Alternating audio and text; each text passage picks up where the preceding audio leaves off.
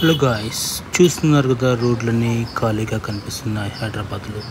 మామూలుగా అయితే హైదరాబాద్లో రోడ్లన్నీ చాలా క్రౌడీగా, షాపులు కూడా చాలా కిటకిటలాడుతుంటాయి. రోడ్ల మీద చాలా వెహికల్స్ కూడా కనిపిస్తుంటాయి, జనాలు కనిపిస్తుంటారు. కానీ ఇప్పుడు చూడండి, రోడ్లన్నీ చాలా ఖాళీగా ఉన్నాయి. ఎక్కడ చూసినా జనాలు చాలామంది కనిపించడం లేదు. సో ఎందుకంటే సంక్రాంతి కాబట్టి చాలామంది పండుగలకు వాళ్ళ విలేజ్లకు వెళ్ళారు. సో చాలామంది పట్టణాల నుండి విలేజ్లకు వెళ్ళారు పండుగ పూట పండుగ సెలబ్రేట్ చేసుకోవడానికి. సో ఎందుకంటే వాళ్ళ యొక్క బతుకుతెరువు కోసం విలేజ్ నుండి పట్టణాలకు వచ్చారు. సో కొంతమంది ఇక్కడే సెటిల్ అయ్యారు, కొంతమంది బతుకుతెరువు కోసం జాబ్ చేస్తున్నారు. సో వీళ్ళందరూ దసరా మరియు సంక్రాంతి ఒక సీజన్ ఉన్నప్పుడు పట్టణాలకు నుండి విలేజ్లకు వెళ్తుంటారు. ఎందుకంటే విలేజ్లలో దసరా మరియు సంక్రాంతి సెలబ్రేషన్ చేసుకుంటే ఆ కక్కే వేరే ఉంటుంది, ఆ మజా వేరే ఉంటుంది, న్యాచురల్గా ఉంటుంది కదా. అంతేకాదు, దసరా అంటే మనకు తెలంగాణలో ఎక్కువ జరుపుకుంటారు.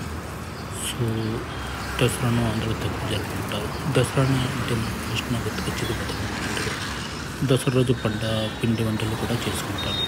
సో అదేవిధంగా సంక్రాంతి అంటే మనకు ఫస్ట్ గుర్తుకొచ్చేది ఇంటి ముందు ఉండే గొబ్బెమ్మలు, ముగ్గు పోటు, సంక్రాంతి ముగ్గులు. సో అదేవిధంగా కోడిపందాలు. సో కోడిపందాలు అనేవి ఈస్ట్ గోదావరి, వెస్ట్ గోదావరిలో ఉంటాయి.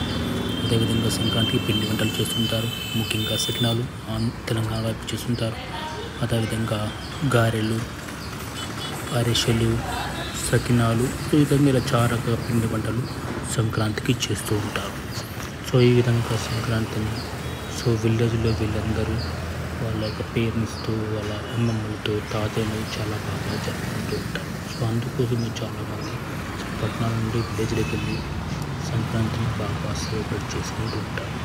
సో మళ్ళీ వాళ్ళు సంక్రాంతి పండుగ అయిన తర్వాత ఒక వారం విలేజ్లో ఉండి వాళ్ళ పంటలు పొలాలు చూసుకొని మెల్లగా గ్రామాల నుండి పట్టణాలకు బయలుదేరుతూ ఉంటారు. సో అప్పుడు మళ్ళీ మనకు సిటీ అనేది జనాలతో కిటకిటలాడుతూ ఉంటుంది. సో మీరు కూడా సంక్రాంతికి మీ ఊరికి వెళ్ళి సంక్రాంతిని సెలబ్రేట్ చేసుకుంటే ఏ విధంగా సెలబ్రేట్ చేసుకున్నారు కామెంట్ బాక్స్లో కామెంట్ చేయండి. Thank you so much.